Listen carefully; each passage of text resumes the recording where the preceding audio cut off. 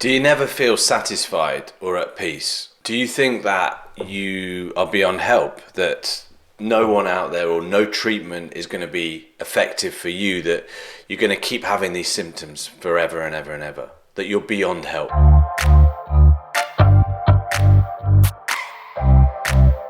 I felt like that for a long, long time, and there is hope, I can tell you. And the great part about this is it doesn't require lots of fancy treatments or finding the right guru or person or medic. It just requires you to think differently about what has happened to you and how trauma, especially childhood trauma, has physiologically altered and affected your brain, your thinking, your day-to-day experience of the world. So I'm going to start talking today about ineffective solutions. I know that you, like me, have gone down lots of rabbit holes, have tried lots of different things. We often get advised, don't we, to go and get help. Now, what on earth does that mean? You know, where do we start? We're not healthcare professionals. So we go and have talk therapy, we go and have things that are easily available to us, that are ubiquitous, and none of them seem to work. And that just makes us more anxious, depressed, have more symptoms, because we start to feel like this stuff is what the solution is. That's what I'm being told I need, but it's not helping me. So I must be helpless. I must be different. I must be someone who is so scarred that I'm beyond help. And that is a lonely place to be, and it only makes symptoms worse. We start to get more desperate. We start to feel like we'll never get better. And that is a vicious cycle, because certainly for me, we start to look for things that will soothe our symptoms. And so we might go to alcohol, we might go to unedifying relationships, we might strive at work and try and be the best and burn ourselves out. And it just compounds the problem. It just reinforces that vicious cycle. We've got these innate, it feels, symptoms of anxiety, of depression, of unease inside. We're seeking the solutions. Medicine's not helping us. Traditional therapy is not helping us. So we self-soothe, and that just makes things worse and compounds that cycle. Well, there is a solution. It involves one distinct change from the top, and this is where you step in and take control. Because we need to accept the first very, very important truth about what happened to us. If we experienced trauma as a child, and it went on and on and on ad like-minded, your brain has sustained not an illness. You don't have a mental health illness. Your brain is injured. Why is it injured?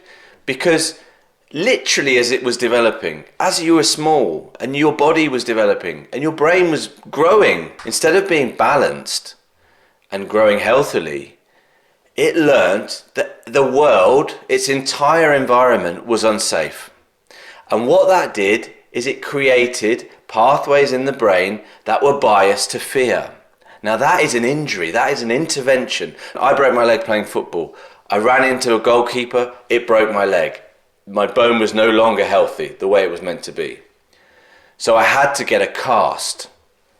And I had, in my case, a metal rod in the bone to teach it how to grow back. And then I had to do rehabilitation to teach my muscles how to behave in a healthy way so I could be strong again. It's the same with your brain. You need the cast to set it in the right direction, and then you need to practice rehabilitation to keep reminding it and pulling it away from that fear bias.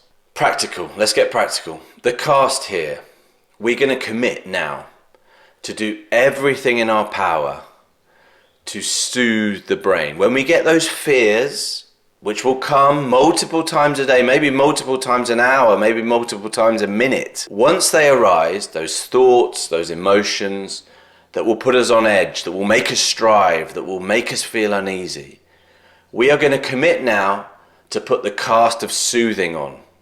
So we are going to commit, anytime that happens, to soothe our brains. And the rehab program here is actually quite counterintuitive. Instead of resisting, because that's what the brain has learned to do. It's resisting the world, the scary, fearful place that we inhabit. Instead of resisting, we're going to immerse ourselves entirely in those thoughts and feelings.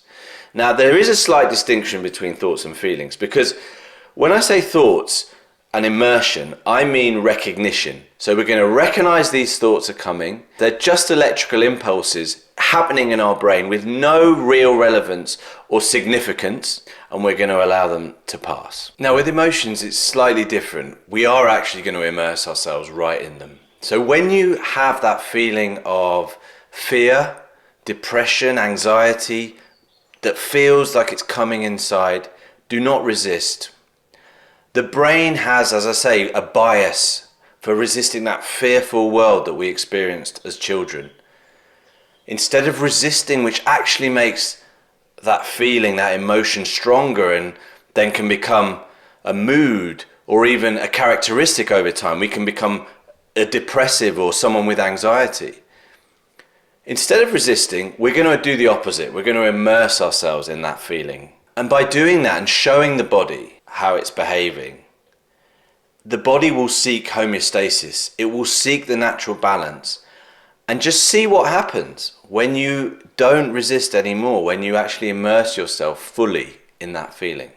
See what happens. So here we are addressing the wiring of the brain. And we're doing that in two ways. We're putting a cast on the injury and accepting that when the symptoms show, we are going to act to soothe the brain and not reinforce the fear response. And we're going to commit to a rehabilitation program where we do not resist fear in all its manifestations, thoughts, feelings, moods. We're not going to resist them. We are going to instead immerse ourselves in them, recognize our thoughts are not important and that we can let them go, and we're going to see what happens.